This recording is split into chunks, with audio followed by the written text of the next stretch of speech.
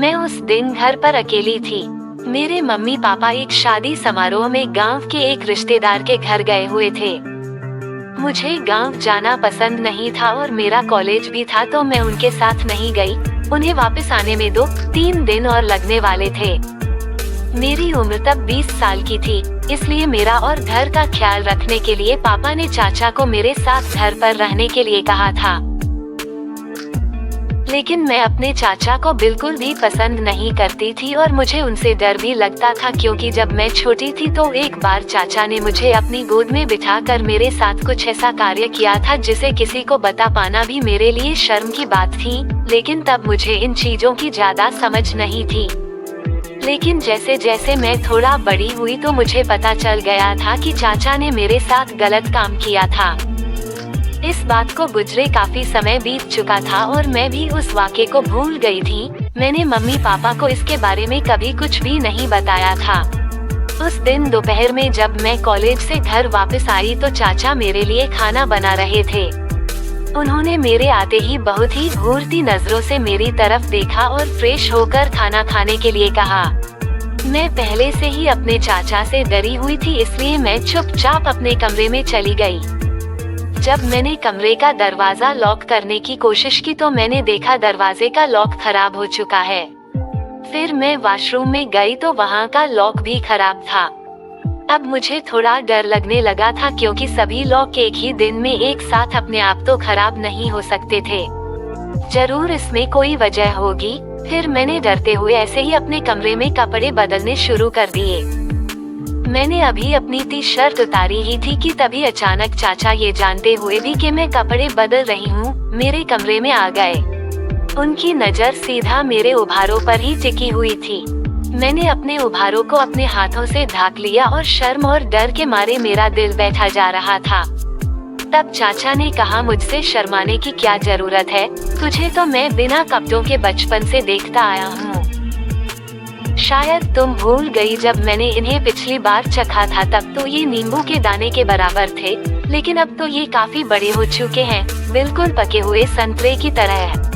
उनकी इन बातों से मैं काफी डर गई और मैंने उन्हें वहाँ से जाने के लिए कहा। लेकिन मेरी बातों को अनसुना करके वो हंसने लगे और मेरे पास आकर मेरे उभारों से मेरे हाथों को हटाकर इसे जोर से पकड़कर कहने लगे, अरे अभी तो मैंने कुछ किया भी नहीं, पहले इन पके हुए संतरों का थोड़ा स्वाद तो चख लेने दो, फिर मैं चला जाऊंगा। मैं बहुत ज्यादा डर गई थी और डर के मारे अब मेरा शरीर कांपने लगा था। फिर उन्होंने धीरे से मेरी जीन्स की चेन को खोला और अपनी उंगली को मेरे आगे के हिस्से पर फेरने लगे। अब तो मेरा पूरा शरीर ठंडा पड़ चुका था और ऐसा लग रहा था जैसे मेरे दिल की धड़कन थमने ही वाली हो। तभी उन्होंने मुझे उठाकर बेड पर लेटा दिया और खुद घुटनों के बल मेरे सामने जमीन पर बैठ गए। मैं अब समझ चुकी थी कि मेरे साथ कुछ बहुत ही बुरा होने वाला है, लेकिन डर के कारण मेरी तो आवाज भी निकलना बंद हो चुकी थी। ऊपर से तो मैं पहले ही बिना कपड़ों के थी। तभी चाचा ने फिर से मेरे आगे के हिस्से पर अपनी उंगली फेरते हुए कहा, देखो तो इसे, अब तो ये भी उस काम के लायक तैयार हो चुकी है। मैंने रोना शुरू कर दिया और हाथ जोड़कर उनसे ऐसा ना करने के लिए कहा, लेकिन तभी उन्होंने मेरे आगे के हिस्से को चूमना शुरू कर दिया और मेरे उभारों को बहुत जोर से कसकर पकड़ लिया। मुझे अब पता चल चुका था कि अब मेरे पास बचने का कोई तरीका नहीं है। वो नीचे से चूमते हुए मेरे उभारों तक आ पहुँचे थे और फिर उन्होंने कहा, देखना, तुम भी इस दिन को कभी भूल नहीं पाओगी और फिर तुम्हारा भी मन ये करने के लिए बार बार करेगा। तुझे टी-शर्ट और जीन्स में देखकर तो मेरे तन बदन में आग सी लग जाती थी और बहुत लंबे समय से मैं इस दिन का इंतजार कर रहा था।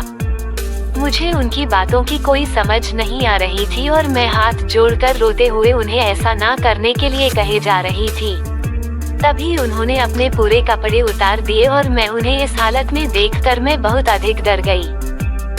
फिर वो जबरदस्ती अपने आगे वाले हिस्से को चूमने के लिए बोलने लगे, लेकिन मैंने ऐसा करने से इनकार कर दिया तो गुस्से में उन्होंने मेरे आगे वाले हिस्से पर काटना शुरू कर दिया।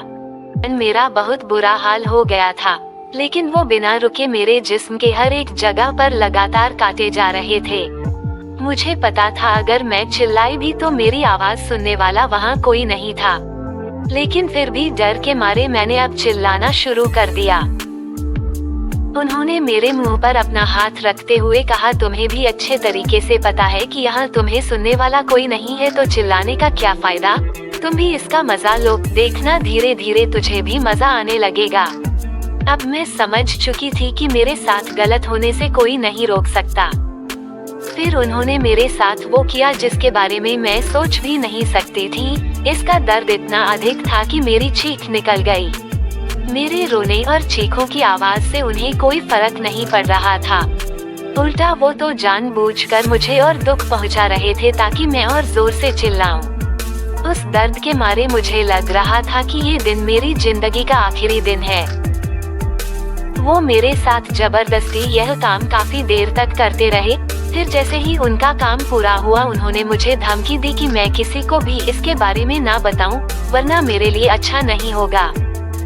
मैंने उस समय डर के मारे उनकी हाँ में हाँ मिला दी और उन्हें भरोसा दिलाया कि मैं इसके बारे में कभी किसी को कुछ भी नहीं बताऊंगी। फिर वो वहाँ से उठकर चले गए। दर्द के कारण मेरा बहुत बुरा हाल था, लेकिन जैसे तैसे मैंने खुद को संभाला और जो कुछ चाचा ने मेरे साथ किया था वो सब कुछ फोन करके पापा और मम्मा को बता दिया। मेरे मम्मी पापा उसी शाम घर आ पहुँचे और मेरी ये हालत देखकर समझ गए कि मैं सच बोल रही थी। पापा ने उसी समय पुलिस को बुला लिया और चाचा को उनके हवाले कर दिया। पापा मेरे सामने रोते हुए हाथ जोड़कर माफी मांगने लगे और कहा उन्हें अपने सगे भाई से ऐसी उम्मीद बिल्कुल भी नहीं थी, वरना वो मुझे उसके साथ ऐसे अकेली छोड़कर कभी नहीं जाते। तब मैं भी उनके गले से लगकर रोने लगी। दोस्तों, ये कहानी एक सबक देती है कि अपनी बच्चियों को कभी भी अकेला किसी के साथ ना छोड़े। आज के समय में लड़कियों का सबसे अधिक शोषण उसके घर में होता है।